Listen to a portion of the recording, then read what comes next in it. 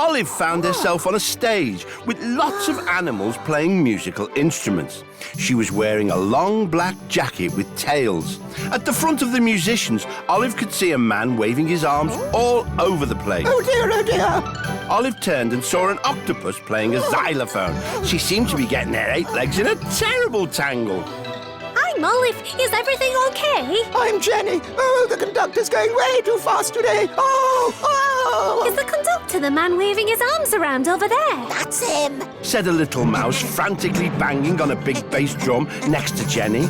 I'm Barry, and I can't keep up either. Olive watched the conductor. His arms were almost a blur.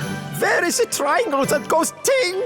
Quick, the triangle. You have to play it. Jenny's too tangled up. Okay. How does it work? Just hit it with a little stick. The conductor pointed at Olive, and she hit the triangle. But then he went even faster until she couldn't keep up either. What happened to the big round thing that goes crash? He means those cymbals. Can you play them too? Just pick them up by the straps and crash them together. Like this? Not now, when I point at you. The orchestra kept playing, and the conductor kept conducting even faster. Triangle, cymbals, triangle, cymbals. Shouted the conductor at Olive. She had to run back and forth, switching between the 2 instruments as fast as she could. Finally, the piece was finished. The orchestra and Olive collapsed exhausted. But now the audience were coming in and finding their seats. That was only a rehearsal. They still had to play the piece all over again.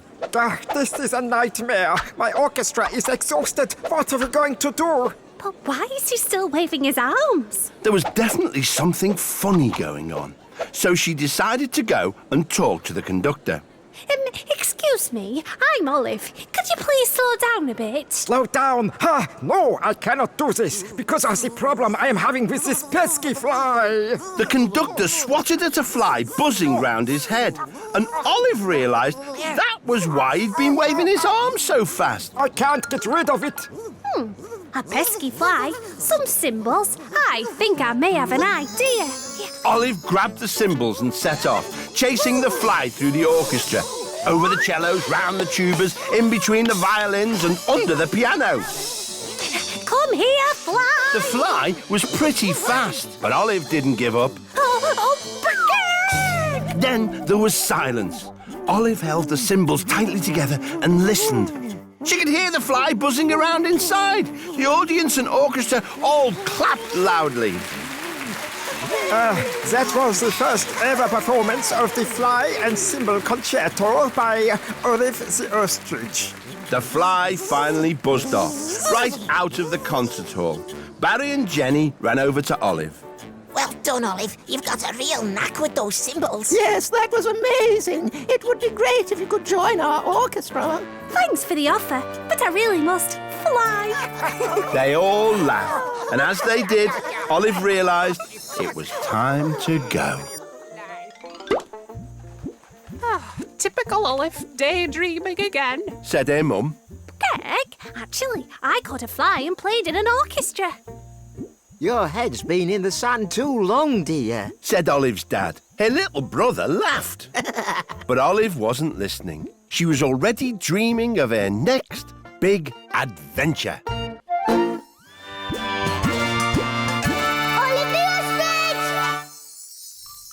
The sun was high in the sky, and Olive found herself in the middle of a desert. She was wearing a strange hat. Oh, Bagag, what a big fancy hat. But where am I? And what are these big spiky things? Are they some sort of plant? Suddenly, something long and squiggly appeared right behind Olive. When she noticed it, she was so surprised she stumbled back straight into one of the spiky plants. Bagag! Ow! Ow! Me bottom! Me bottom! Oh! I'm sorry. Please let me help you. Olive sighed, relieved. I'm Olive. Thanks so much for pulling out those horrible spikes. I didn't hear you coming. That's why I got so surprised. Hola, I am Reptilina. I am a rattlesnake. Sorry that I scared you. That's okay. I could see you're not scary. Whenever I try to make friends, they always get scared away. Other rattlesnakes have rattles on their tails, so you can hear them coming. But mine, it don't work, see? People get scared of snakes, especially when they can't hear them coming. Well, we'll have to find something that can make your tail sound again. Olive looked around the desert. Soon, she spotted an old bicycle horn. Oh, this will make a great new sound for your tail. She carefully attached the horn to Reptilina's tail, and Reptilina tried it out. It's a nice sound, but not quite right. What about these? Olive had found some bells on the ground. Reptilina tried them instead of the horn. It's a bit closer, but my tail should rattle, you know. Olive looked around once more. She spotted some rubbish left after a campfire. An empty can of bees, some small rocks, and a stick. I think I may have an idea. Olive put the small rocks and the stick inside the can. Then she attached it to Reptilina's tail. Give this a try. Olive, this is perfect. Thank you so much. Suddenly, Olive and Reptilina heard some music. Two men in big hats appeared. Both were playing guitars. Hola, we are local mariachi band, and that is beautiful sounding rattling tail you have. Why, thank you. Replied Reptilina. Hey, our drummer is very ill after eating a mega spicy burrito, and now we can't keep our rhythm. Said the other mariachi. But maybe you, your amazing rattling tail, could join our band. I think I'm too shy. Reptilina said sadly. Don't be shy, Reptilina. Said Olive. I'll even join in myself. Olive picked up the horn. 1, 2, 1, 2, 3, 4. This must be the best sounding rattle tail ever. Olive played along with Reptilina and the mariachi band until the sun was setting. Thanks so much for getting me my rattle back. Said Reptilina. And thanks for finding us a new rhythm section. Said the mariachi. That's okay. Said Olive. I was a bit rattled when I first arrived, but now I feel just fine. They all laughed, and as they did, Olive realised it was time to go.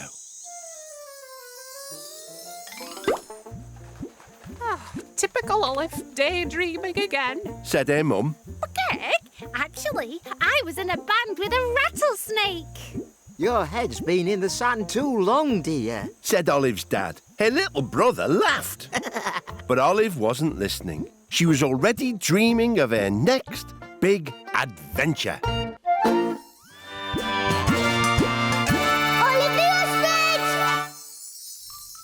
Olive found herself on a long street of houses. Next to a piano, there was a man dressed in overalls. He was scratching his head. Hello, I'm Olive. What have you got there? She asked. All right, Olive, I'm Fred. This here's a piano. I've got to deliver it to number 81. Said Fred, pointing to a gate. Should be easy. That's right here. Not exactly. Olive looked up and saw that house number 81 was at the top of a steep flight of steps. Oh, actually, it won't be easy to get that heavy piano up there. Aye, too right. Hey, maybe you could help me out, Olive. Of course I can, Fred. Cheers.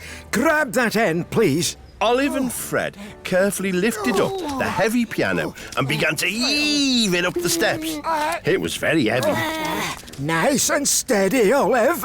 They got about halfway up when Olive noticed some colourful flowers. Oh, what beautiful flowers. But the flowers made Olive's beak itch. Oh dear, I think I'm going to... Achoo! Olive sneezed and dropped the piano. It went bouncing back down the steps. Oops, sorry, Fred. Oh, what are we going to do now? I just haven't the energy to carry it all the way up again. Olive looked around and spied some rope in the back of Fred's van. She also noticed the big statue outside number 81. A van, a long piece of rope, a statue. I think I may have an idea. Olive tied one end of the rope to the piano, then ran up the steps, wrapped the rope around the statue and brought it down again. Then she tied the other end to the van. OK, Fred, start driving. Nice and slow. Fred got into his van and drove away Very slowly, the rope tightened and began to pull the piano up the steps. It's working! Olive followed behind the piano, giving it a little push to help it on its way. But she couldn't see when it had reached the top of the steps. That's it! Nearly there now! And the piano was pulled all the way around the statue and started to bounce back down the steps. Oh, no, stop! Olive tried to grab hold of the piano, but she couldn't stop it and had to cling on as it bounced down the steps. My keg, where are the brakes? It's all right, Olive. I'll save you. Fred tried to stop the piano, but was dragged along too. The piano rolled all the way down the street, crashing through dustbins, bouncing over roadworks, and swerving around a dog. Look out! Piano coming through! Eventually, they came to a stop outside a house right at the other end of the street. Oh, this is terrible. Now we've got to push it all the way back up to number 81. Just then, a door opened and an excited little man stepped out. Wonderful, wonderful. You've delivered my piano right on time. Your piano? But it's for number 81. The man smiled, took the number 81 off the piano and turned it upside down. No, not 81, number 18, which is my house. Phew, that's a relief, eh? Well, it's certainly music to my ears. They all laughed, and as they did, Olive realised it was time to go. Typical Olive, daydreaming again. Said her mum. Gek, actually, I helped deliver a rather heavy piano. Your head's been in the sand too long, dear. Said Olive's dad. Her little brother laughed. But Olive wasn't listening. She was already dreaming of her next big adventure.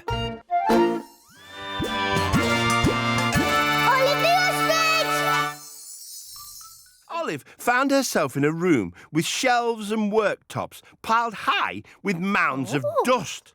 She was wearing an apron decorated with pictures of violins, cellos and bassoons. Gek, this place could do with a spot of dusting. Just then, two smiling woodworms popped their head out of a dust pile.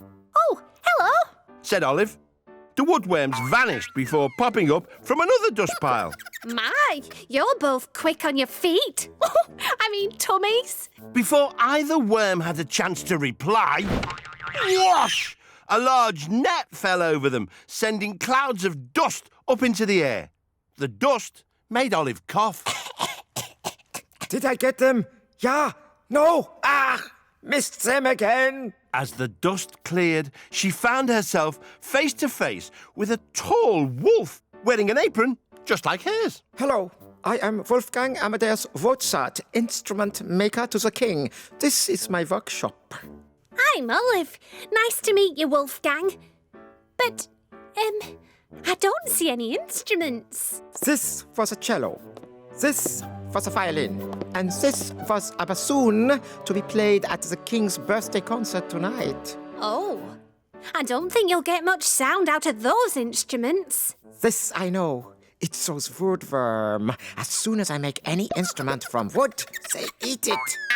See, if I don't make the bassoon for the king's birthday concert tonight, he will be very upset. You must help me, Olive. Olive thought hard. Well, if the woodworm only like to eat wood, maybe you could make a bassoon out of something else. But what? Olive looked around at things in the workshop. A vacuum cleaner, a bicycle pump. I think I may have an idea. With Wolfgang's help, Olive used the vacuum cleaner's bendy pipe to form the body of the bassoon. Then they used the top of the bicycle pump as its mouthpiece. Finished! Now to see how it sounds, yeah? Wolfgang placed his lips to the bicycle pump mouthpiece and blow. Is that how a bassoon is supposed to sound, Wolfgang? Wolfgang stopped playing and shook his head. No, that sounded terrible. Just then, Olive remembered how the woodworm had reacted to the sound. Those greedy woodworm didn't like the noise the bassoon made either. Wolfgang, you start to make your new wooden bassoon for the king's birthday concert. I think I know how I can keep those woodworm away. Olive blew into the bassoon as she marched up and down. The woodworm couldn't stand the noise, and soon they wiggled away. And at last, Wolfgang finished making what would be his finest wooden bassoon. Ah, perfect. Thank you, Olive. Without your help, the concert would have been a disaster.